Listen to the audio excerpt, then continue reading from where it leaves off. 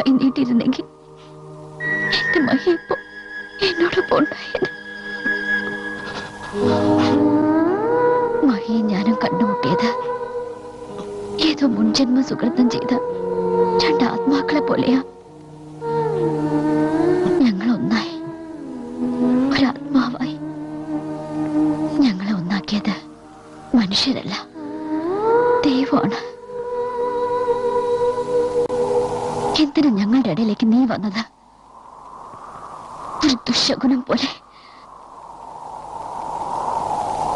സ്നേഹമായിട്ട് പെരുമാറിയത് കൊണ്ട് നിന്നോട് എനിക്ക് പ്രേമാണെന്ന് കരുതിയോ?